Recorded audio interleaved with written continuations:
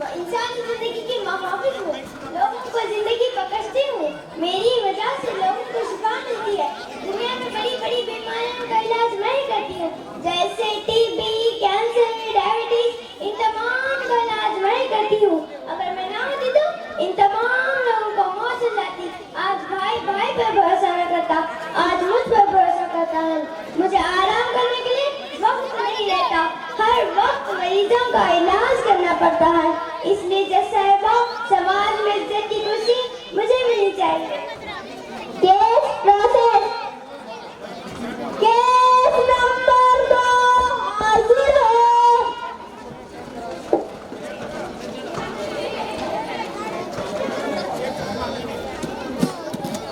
मालूम, मैं एक इंजीनियर हूँ। पहले ज़माने में लोग पोशीदा मकानों में रहकर ज़िंदगी गुजारते थे, लेकिन आज मैं आने की वजह से बड़ी बड़ी इमारतों में रहकर ज़िंदगी गुजार रहे हैं। मैं ना आती तो ये अदालत की इमारतें कौन बनाता, स्कूल, कॉलेज, हॉस्पिटल, बड़े बड़े इमारतों वाली बिल्डिंगें कौन बनाता, बाथरूम, टॉयलेट, इन तमाम को मैं तो बनाती हूँ। इसलिए जज साहिबा, समाज में इज्जत की कुर्सी मुझे ही मिलनी चाहिए। केस प्रोसेस, केस नंबर 3 हाजिर है।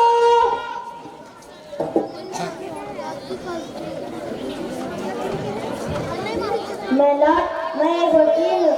मैं बड़े बड़े मुजरिमों के लिए लड़ती हूँ, लोगों को इंसाफ दिलाती हूँ, सच और झूठ का फैसला करती हूँ। मैंने भी बड़ी बड़ी मेहनत के बाद इस मुकाम को हासिल की। मैंने भी बड़ी बड़ी किताबों का मुताला करके यहाँ तक आई हूँ। मैं बड़े बड़े मुजरिमों को फैसला दिलाती हूँ। इसलिए जज साहिबा, समाज में इज्जत की कुर्सी मुझे ही मिलनी चाहिए। केस प्रोसेस, केस नंबर 4 हाजिर है। मैं एक साइंसदान हूँ। मैं बड़ी बड़ी और मोटी मोटी किताबों का मुताला करके आज ये मुकाम हासिल की हूँ। मेरी ही वजह से आज लोग एक जगह से दूसरी जगह जाते हैं।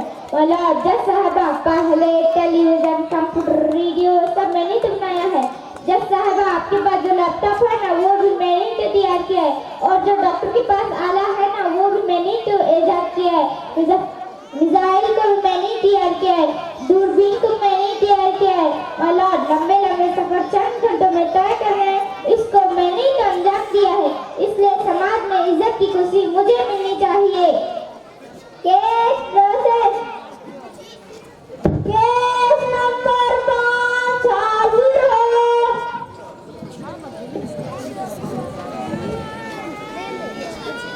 मैं एक पुलिस हूँ। आज आप सबको बताना चाहती हूँ कि तरह तरह के मुजरिमों और देश के गद्दारों को पकड़ती हूँ, वतन के लोगों को हिफाजत करती हूँ, रातों को गाँव में पहरा करती हूँ। अगर पुलिस न होती तो लोगों की जिंदगी बिगड़ी होती। अपनी जान को परवाह न करते हुए लोगों की हिफाजत करती हूँ।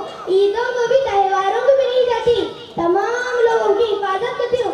इसलिए जज साहिबा, समाज में इज्जत की कुर्सी मुझे मिलनी चाहिए।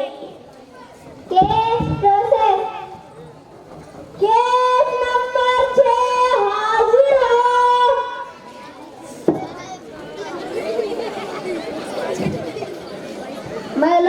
मैं एक किसान हूँ।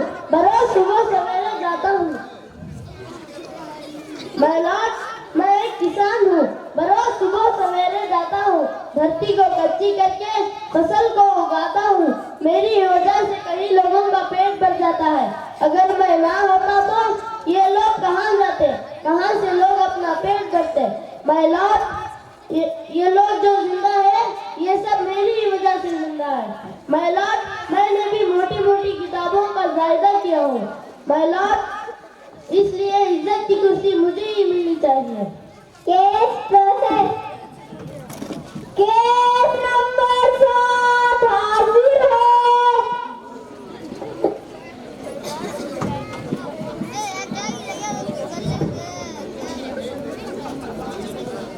माय लॉर्ड, मैं एक स्टार हूँ।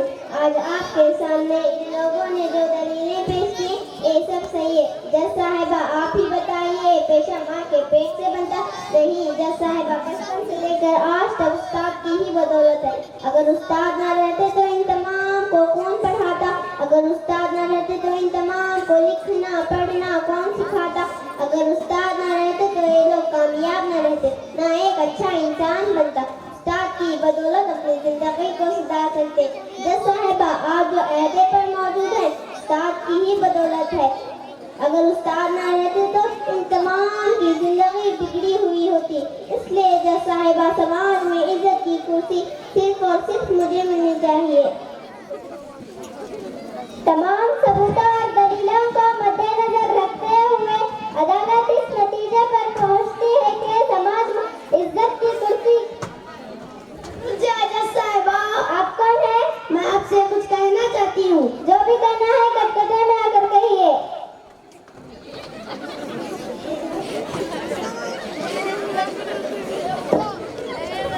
जज साहिबा, मैं पूछती हूँ जज साहिबा, हमने अपने अरमानों को कुर्बान देकर, जज्बात को कुर्बान देकर, क्या हमने इनके अरमानों को पूरा नहीं किया? वालिदैन खुशियाँ बेचकर और नींदें बेचकर इनको डॉक्टर बनाया, पुलिस बनाया, इंजीनियर बनाया, साइंसदान बनाया, वकील बनाया। इन तमाम को पढ़ाकर इसके बदले में हमें क्या मिला? एक परेशानी, गुर्बत को खाकर। इसलिए औलाद को पढ़ाते हैं। फैसला कीजिए जज साहिबा, फैसला कीजिए।